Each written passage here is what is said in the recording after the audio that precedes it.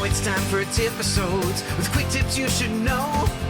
Techniques you can implement into your workflow right here on A Tale, oh yeah, A Tale of Two Hygienists. Welcome everyone to today's TIPisode. I want to talk a little bit about how to handle no-show appointments and really kind of any downtime that we might have. And as a disclaimer, especially to those that are listening who actually know me from my real career, it wasn't pretty the first half of my career. And I think there were times in between that I wasn't perfect about this.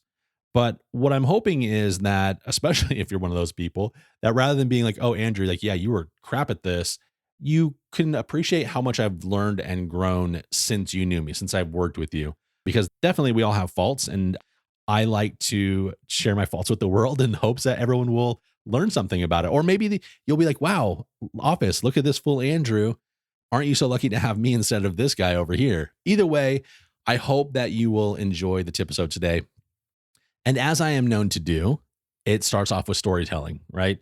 So the tips are going to come a little bit later in the episode. If you don't want to listen to me ramble on about the whys behind the things that I'm going to say, then you can go ahead and skip forward a few minutes. But to paint the picture, my very first job in hygiene after I graduated was in this big, beautiful building. It's one of the most impressive dental offices, definitely at that time.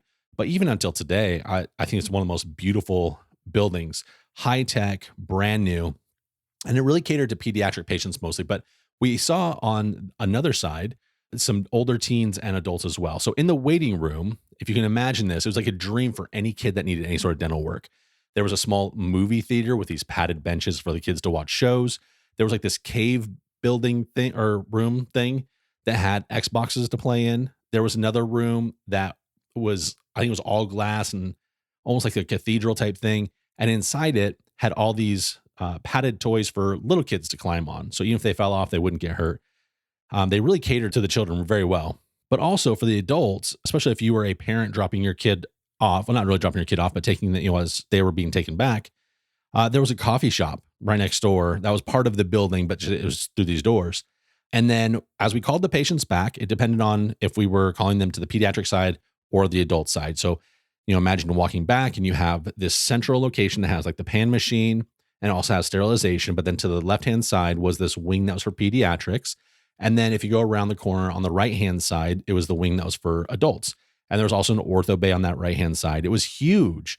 I think we had, more than 20 operatories and then also the ortho bay. So most days we had between 3 and 5 doctors working and a ton of hygienists and of course a ton of assistants. The place was massive, brand new. And I remember thinking at the time, like how lucky I was to work in such a very cool place. But in addition to it being big, new, and awesome, one of the things I really liked about it was that they were really good about keeping our schedules full, something I couldn't appreciate until very much later in my career. We rarely had like times when patients didn't show up because the front office was super organized. There was also a lot of disciplined assistants and a sterilization tech, and things just got done all the time. Everyone knew what their job was. And so if I finished a patient earlier, had a no-show, I also kind of felt like I didn't have any obligations to do any specific task assigned to me because I thought that my job was being handled. I thought that their job was being handled. But because of that, because everyone was handling their job and it was such a big, massive place, I was just completely oblivious to the teamwork aspect. I was like, everyone was just doing the thing. And I also never worked in a dental office before. And so, while now I see how stupid I was, I remember that in my little corner of the world, my little hygiene op was always clean, always organized, always stocked. My notes were done. My walkouts were done. I walked the floor to see if the doctors needed restorative work or anesthesia. Almost always it had already been done by the time I was available for them. So I felt like I had done my job. I mean, I'm sure this is resonating with other people too. You're like, well, I'm doing the job as a hygienist. At my next place of business, I had a lot more no-shows, but maybe not really no-shows, but also I had just more room in my schedule. So for sure, I always made sure that my room was stocked and ready to go. I took back the walk-ins and the emergency patients. I did the x-rays and the anesthesia and the charting and everything for those appointments. But I still found time on my hands. And here I was thinking, wow, I'm incredibly efficient. I'm so good to have everything done ahead of time. And, internally I'm thinking, it's a fate worse than death for any of my actions to ever cause the rest of the team to be behind or to have a patient miss an appointment or be late for work, getting back to work, or make doctor run behind all day. That was my like worst case scenario. So I was always trying to be ahead of the game. And looking back again, I had that wrong. I mean, yes, you still need to do all that, but there's still more that could have been done, and I wasn't doing it. And then my next job. So similar story. We all had roles and responsibilities that were clearly defined in the handbooks, and I fulfilled the patient care portions of the job very well. Patients were getting healthier. I was on time. I got great reviews from the patients. I had stepped into leadership positions, and so I had other responsibilities. I was helping other hygienists figure out how to do their workflows and be efficient and learn how to do good patient care. But I will tell you that I was not the best team player. I was definitely not leading by example, and I was not doing all of the things that I could have been doing. And it wasn't because I was lazy or obstinate, but I think for me, it's just the way that I process information is very different than the way that everyone else does. And I don't expect everyone to know that, but in my brain, my world, I was technically doing all of the things that I was supposed to be doing with patient care. On the objective portions of my reviews I had every year, I always killed it. Any objective measurement, I was always at the top. They couldn't say that I wasn't doing the job as outlined. But in the subjective portions, there was so much more to be discussed, and I could have done more by a long shot. So the reason that I explain some of these things is that I'm hoping that some of you see yourself in my actions, my workflows, and my thoughts. And because you make mistakes doesn't mean that you can't be a great leader. I also want to impress upon you that this linear thinking of I am technically doing my job is wrong and should be taken out of the process, because likely you are technically doing your job. But what ends up happening is that if you only do your job, you are not making allowances for anyone else to have a tough day or to make mistakes or for patients to impact the schedule in a way that impacts the team. It's kind of singular thinking, and that's not what we need to do as a team member. So I want to give you a few items on how you can handle your downtime or how to handle time in a no-show situation. So first things first is always to be prepared. This is kind of a double-edged sword though, because if you're prepared, then you're going to find out that you have a little bit more time because you're not wasting time figuring things out on the fly or in the moment. And that then creates a vacuum of time that you have to fill with something else. So again, it's a great thing. You need to be prepared, but just know if you are really prepared, it's going to give you a little bit of extra time, maybe between patients or in a no-show situation. But being prepared will help you to be more nimble to move things around. So look ahead at your schedule, see what you can move into a more ideal spot, see what patients are flexible and can move. So this is especially true when you're working 1.5 or 2 columns of hygiene. There's no way that you can do 2 perio procedures right next to each other. You can't do 2 SRPs right next to each other. You're only one human being. You don't have enough hands and you don't stretch that far. And likely there isn't enough time to spend with new patients on their assessments and explain the perio protocol if you're in the middle of a shortened SRP appointment, we'll say. So to that point, especially if you're overbooked, you should be reviewing your schedule in your downtime at the beginning of the day, before you leave at night, and anytime in between. You should know that schedule forwards and backwards. You should make recommendations to the front or call the patients yourself to see if you can move them to a time that suits you better. Further, you should also know the doctor's patients as well and scan for all the patients that are overdue for hygiene. So looking for a time in the schedule that you can put them in if someone falls off, or taking a look at your first opening the next day or the following day, so that when they're there in the office, you can possibly drop by the room or quote unquote accidentally bump into them and say, hey, it's great to see you. I've missed you so much. Can't wait for our next appointment. Oh, by the way, when is that next appointment? Is that scheduled already? And then when it's not, it's a simple, well, maybe we can get that scheduled for you before you leave today. You're being proactive in making sure that that schedule is full and lowering the chances of having nothing to do later on.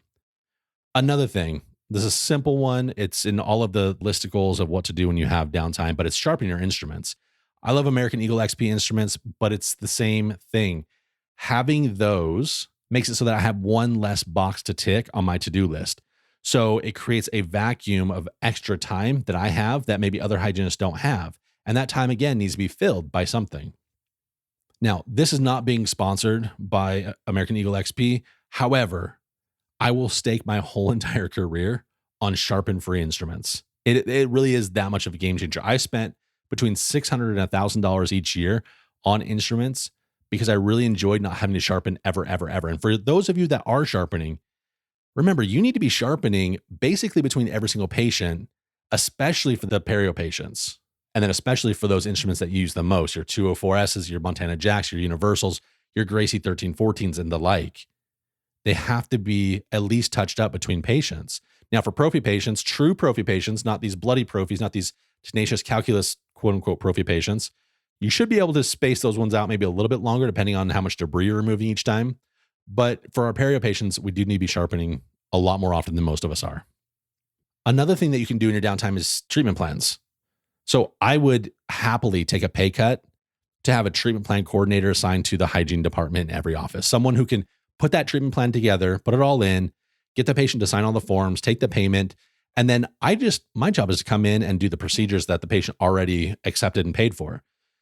However, because that is super unlikely that that's going to happen in almost everyone's case, this is an area that you can work on in your downtime. You can take courses. You can set up templates based on the type of procedure. So for example, all prophy appointments, you'll have the prophy code, the x-ray code, exam code, fluoride code, oral cancer screening code, perio charting code, if you have that and keep track of it. Notice now that I'm not talking about anything about money, right? I'm not talking about codes that have a dollar amount are the only ones that we're walking out. Even if it is a zero cost, say like that perio chart code, including that into your treatment plan could potentially save you later on. So for one reason, if you don't write it in your notes, it's another way of tracking the things that have been done. But for another thing, insurance companies are finding more and more reasons not to pay out on claims. The insurance coordinator, office manager, whoever is submitting these claims, if they can simply screenshot the codes and your notes and the perio chart itself all together and submit that in a packet, it'll be a lot harder for these insurance companies to not pay out. And remember, when the insurance company doesn't pay out, who's being really hurt here? I mean, yes, the office isn't generating some revenue, but we can usually work around that. Still, someone's going to have to pay for it. So who ends up being hurt? The patient. The patient gets caught in the middle in this really disgusting thing that these insurance companies can be doing. So we need to do everything that we can to do great treatment plans.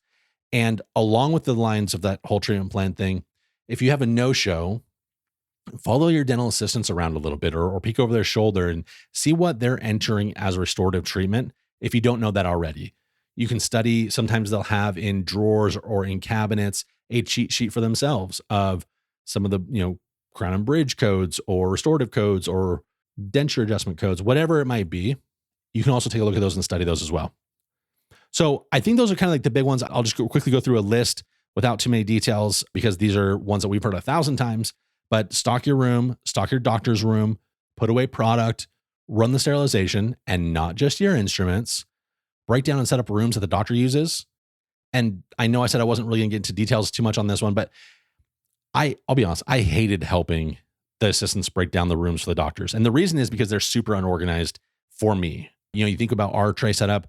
First of all, we have, cassettes that our instruments go in these very specific orders, and we can control where they end up going. But when you have two people working on a patient, sometimes the things don't get put back right, or they get put on a counter or a tray or this or that. They get spread out all over the place. And in that chaos was really hard for me to deal with. And then you go to the next assistant and the next assistant and the next assistant, and everyone has a different way of doing things. And what gets wiped down, what gets put through. Do I throw this one away because I don't even know what that is? So my advice for that one, by the way, is just swallow your ego. It doesn't matter if you've been there for years. Swallow that ego a little bit, look like a fool for just a few minutes, because once you get past that, once you understand what you're supposed to be doing, then they're going to be really grateful for that help. So more things on the list: call your patients and confirm appointments. Don't worry if you're an introvert, they're not going to answer anyway. So all you have to do is have your little cheat sheet script ready to leave a message. You can look through your disposables and write things down and put them on the list to be ordered. Clean impression trays, make bleach trays. The list can go on for forever. And I know the arguments. Look, I know the arguments on everyone's side. It's, well, if I do this, then the assistant's not going to do this, and they're going to be being lazy. And I know I've been there already. I just think that it's our responsibility to be leaders as hygienists, right? And maybe not the traditional sense of leader, but if you want things to be better in your office, stand up and help it be better. I can't tell you how much better the relationships are in those teams where I'm helping and being a part of things versus being the loner and feeling isolated. And I've been on both sides of it. I've seen both sides of that, especially in the coaching that I've done. I've seen it all the time. So anyways, I hope that some of these things will help you figure out what to do during your downtime. Thank you so much for listening. I appreciate all the support that you always give us. I hope you have a great rest of your day. Thanks. A tale of too hygienic.